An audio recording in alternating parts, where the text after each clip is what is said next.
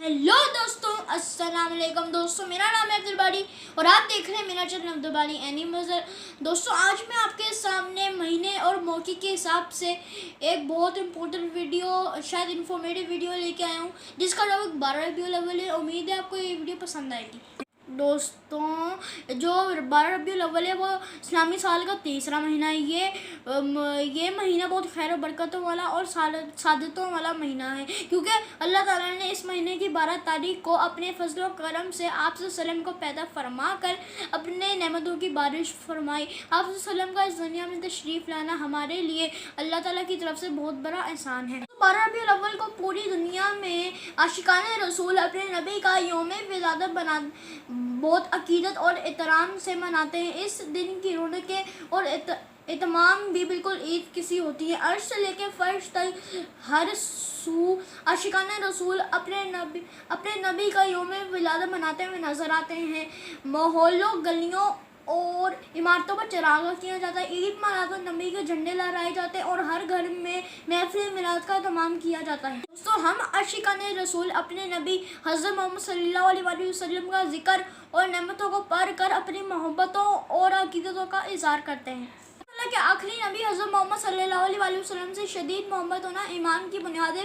हज़रत अनस रज़ी अल्लाह ताला अन्हा से रिवायत है कि आप सल्लल्लाहु अलैहि वसल्लम ने फरमाया, तुम में से उस वक्त तक कोई मोमिन नहीं हो सकता जब तक वो मुझे अपने वालिदैन और बाकी लोग और औलाद को छोड़कर मुझे ज़्यादा महबूब ना समझे। इसलिए आप सल्लल्लाहु अलैहि वसल्लम से शदीद मोहब्बत होना मजबूत ईमान की निशानी है। हज़रत मोहम्मद सल्लल्लाहु अलैहि वसल्लम सादिक और अमीन, बेहद सकी, बच्चों पर शफकत फरमाने वाले, गरीबों के साथ नेक सलूक करने वाले एक बेमिसाल शख्सियत के मालिक हैं।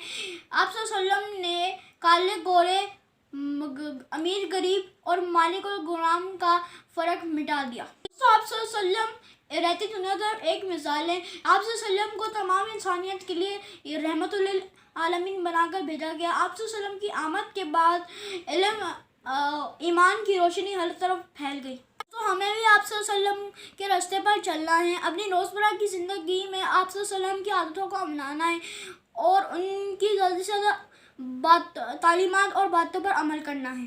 तो हमें आप सल्लल्लाहु अलैहि वसल्लम पे ज़्यादा से ज़्यादा दुरूद शरीफ पढ़कर भेजना चाहिए। और हज़रत जिब्राईल अलैहिस्सलाम एक दफ़ा आप सल्लल्लाहु अलैहि वसल्लम के तरफ तशरीफ़ लाए और कहा कि अल्लाह ताला ने मुझे इतनी ताकत दी है कि मैं दुनिया के तमाम दरख्तों के पत्ते गिन सकता हूँ, पानी के तमाम कतरे गिन सकता हूँ और रेत के तमाम ज़र्रे गिन सकता हूँ, लेकिन उस बंदे पर अल्लाह की रहमत की तादाद नहीं गिन सकता जो आप सल्लल्लाहु अलैहि वसल्लम पर एक दफ़ा दरूद पढ़ता हो। दोस्तों, आप देखें, आप खुद ही देखें कि दरूद शरीफ की कितनी ज़्यादा फजीलत और अहमियत है। दोस्तों, हमें भी उठते बैठते आप सल्लल्लाहु अलैहि वसल्लम पर दरूद शरीफ पढ़कर भेजना चाहिए।